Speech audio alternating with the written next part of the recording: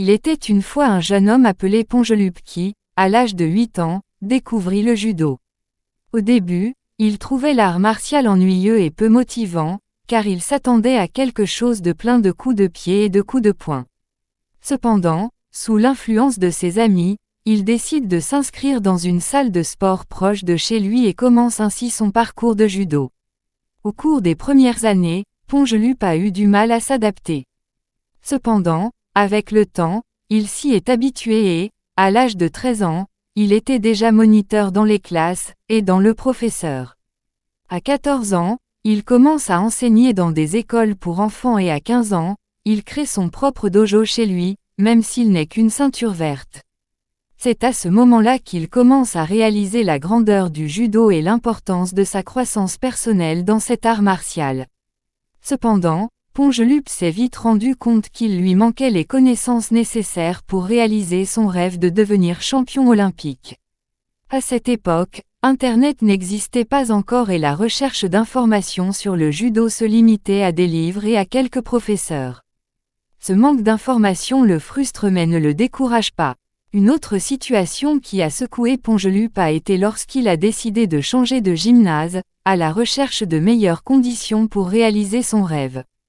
C'est alors qu'il découvre que son diplôme n'a aucune valeur légale au sein du registre national officiel du judo. Il était en fait un ceinture blanche portant une ceinture verte. Cette déception l'a profondément touché, mais il a décidé que cela ne l'arrêterait pas. Pongelup s'est rendu compte qu'il y avait des obstacles à surmonter, comme le besoin d'argent pour payer les frais et les inscriptions, en plus de faire face à un environnement plein de vanité et d'ego gonflé. Cependant, à mesure que son évolution personnelle et spirituelle avançait, il commença à comprendre qu'atteindre le sommet du judo allait au-delà des records et des médailles. Son dévouement infatigable l'a conduit à des recherches et à une pratique approfondie du judo au fil des années. Au cours de ce voyage, Pongelup a trouvé de grands professeurs et amis, envers qui il sera éternellement reconnaissant. Cependant, il a également été confronté à des tentatives de boycott et à l'exclusion de personnes qui avaient une vision limitée et vide du judo.